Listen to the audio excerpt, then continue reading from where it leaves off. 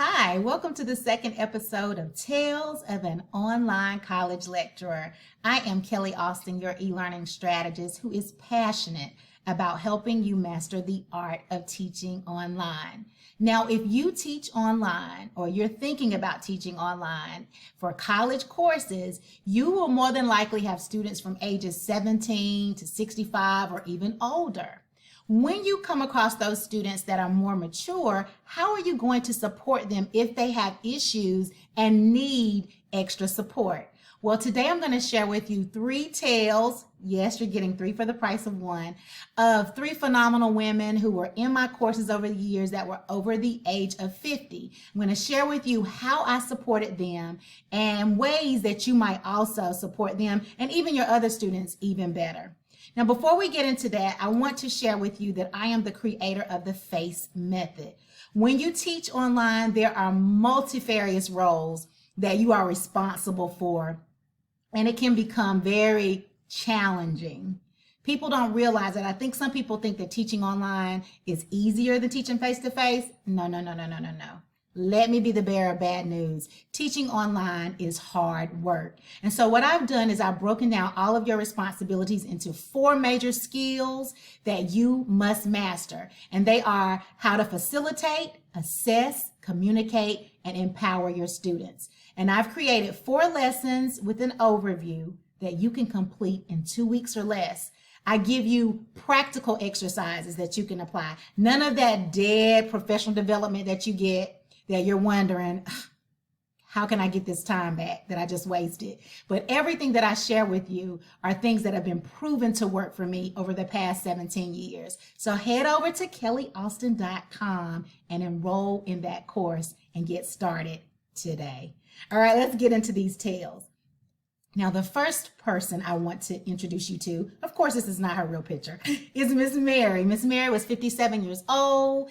She was a first-degree student. She had been a preschool teacher for years and came to our university to get a degree in early childhood education. And she bought a brand new laptop, had never taken courses online, but we offer a fully online program, and that was just going to be convenient for her schedule. And so she enrolled in a synchronous course where we do something called learning through virtual discussion. Well, her first issue was she could not figure out how to, log into the session. She was having difficulty downloading Java, which is required for Blackboard Collaborate, and just couldn't get in the session. And so she called me and was like, I want to throw this laptop out of the window. I don't know why I did this. I am too old for this. I don't have time for this. My son keeps trying to teach me what to do, and I just cannot do it. So I made myself available to her. She had my cell phone number, as all of my students do, and she would call me. And one day, before we were supposed to have our live session, I was in the store about to make a purchase, and she called me, and I was standing there with my daughter, and our class starts at 6:30. Our time block is 6 to 8:45, but I actually start class at 6:30. So it was around maybe 5 o'clock, and she was calling me. She was like, I don't know what to do. I just cannot get this thing to download. I can't figure out this, that, and the other. Can you please help me? And I said, it's okay, Miss Mary. Just calm down. All is well. I'm going to call you when I get home, and we're going to walk through it and go through it together. And she was like, thank you so much. You are such an angel. So when I got home, I called her, and I can remember right now I had my laptop on my kitchen counter, and we went through step by step on how to help her to get into that classroom, and she was able to do it. And she was so excited. She liked to burst my eardrum because she was able to get into that class. At the end of the course, I have something called the course comment line, and she left me actually it's for future students, but she left the sweetest message ever, talking about how she learned so much in the course, how she wished this was the first course she ever took, how she grew in so many ways. And I might actually put the link in the description box so that you can hear it yourself, what she left for future students in the course to hear. Let's go to the next tale. All right, so the next person was Miss Denise. Miss Denise, I had last spring when the pandemic first began, and she was in the online course, and I didn't even know that she was a graduating senior until the very end of the class. And so this class was an asynchronous class, and in this class, my students do a video journal for their class participation. And she was having a difficult time with this video journal. Another one having difficulty with technology. And she would upload the PowerPoint, but there would be no sound. One time she uploaded and she was talking like this. And I was like, I can't hear you. I'm going to need you to do that over. So she called me, and actually she set up an appointment with my online appointment scheduler, and I called her because that's how that works. And we were able to talk, and she shared with me that she was just struggling with this, and something was going on with her internet at home, and she couldn't get into the library because of the pandemic and all of this. And so I told her if she could get to a friend's house, what she could do is email the PowerPoint to me, and then she could present it to me over the phone. And so that's what we did. And she was so grateful. So that was a story, little short story about Miss Denise. And she ended up graduating last May. Very proud of her with her first degree. All right. Lastly, this story is Miss Francis, who was 65 years old. She had already obtained her first degree, actually, and she was wanting to apply to graduate school. So she said, I didn't want my brain to get, I didn't want to not be thinking, using my brain, using my mind. So she enrolled in some courses so that she could keep the juices flowing in hopes that she would be admitted to a master's degree program. So she came into my course, and she took 2 of my synchronous courses where we have class from 6 to 8:45. And at first, she was like, I'm just so nervous. I've never taken online classes. Her first degree was strictly on campus. And so she was like, I had to do this now because of the pandemic and everything, but I'm just so nervous about it. So I offered my help to her on the weekends. So several Saturdays in a row, we were on the phone going through the assignments, going through, how to log in, because I don't have them log into live sessions until the 3rd week of the semester. So we practiced, that, went through the instructions for several assignments. She asked me any questions that she wanted to. We went through the course, and she ended the course doing a phenomenal job. Now, at the end of the course, she ended up getting a virus on her computer. And whenever she would try to type, the virus, things would move or disappear. And she actually sent me a video of it. So she had to go through going to the IT department, getting another device. She went to the Geek Squad at Best Buy. I mean, she went through so much, but she always knew that she could call me, and that, I was open to helping her and supporting her in every way. And guess what? I wrote a recommendation for her for graduate school, and she will be going to graduate school this fall, and that she will be in a master's program now she's 66 years old. Isn't that amazing? All right, so now let me share with you some takeaways that I want you to get from all of this. I had to give you the quick versions of both of those stories.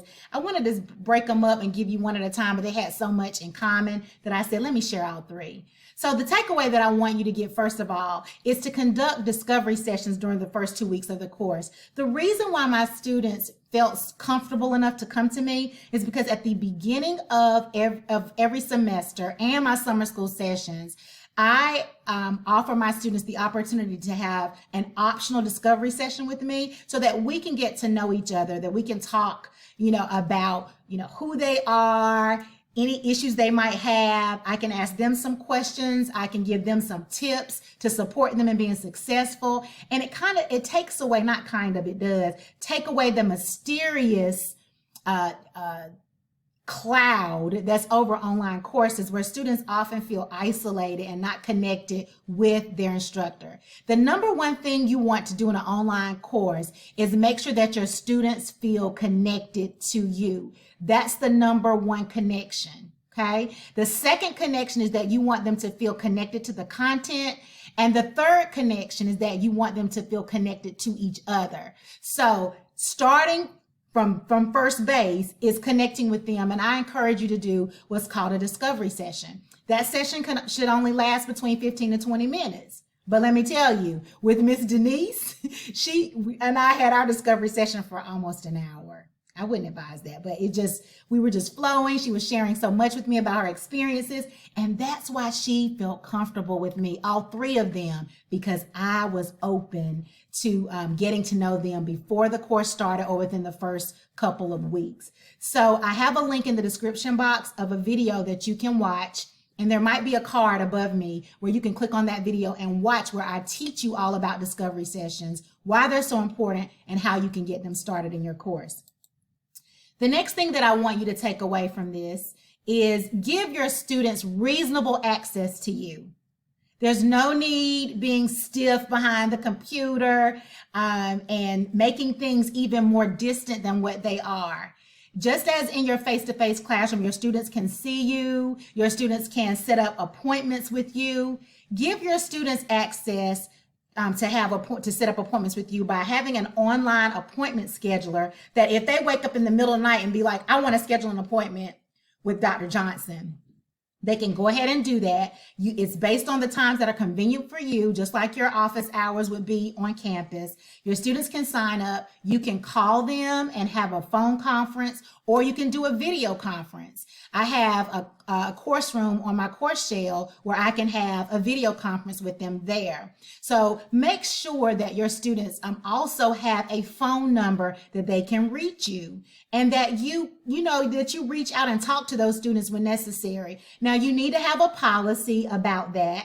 Students shouldn't be texting you in the middle of the night and asking you things that they can send via email.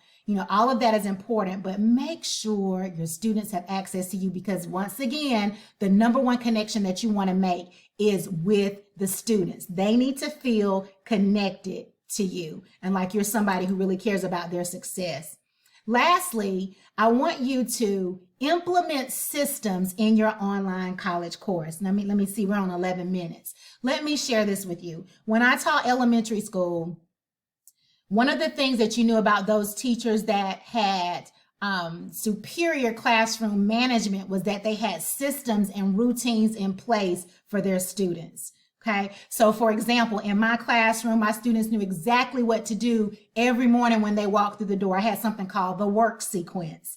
So they knew exactly what they were supposed to do. They knew the procedures about if they needed to go to the bathroom, sharpen their pencils, whatever they needed to do. There was a system in place, and I called it boot camp. The first 6 weeks of school, we called it boot camp, because we were going over those routines over and over again, making sure that they had mastered them before I held them accountable. In the same way, in your online course, you want to have systems in place. The reason why these ladies were able to be so successful in the class was because, for example, with Miss Mary, we did something called learning through virtual discussion. Every time we had a whole group session, we broke into small groups and we went through that systematic discussion framework every single week. So she always knew what we would be doing when we met live. It's just the content would change, and she knew what the change would be. Okay. And so the more you practice something, the more confident you get, the more secure you get, and the better you get at doing it.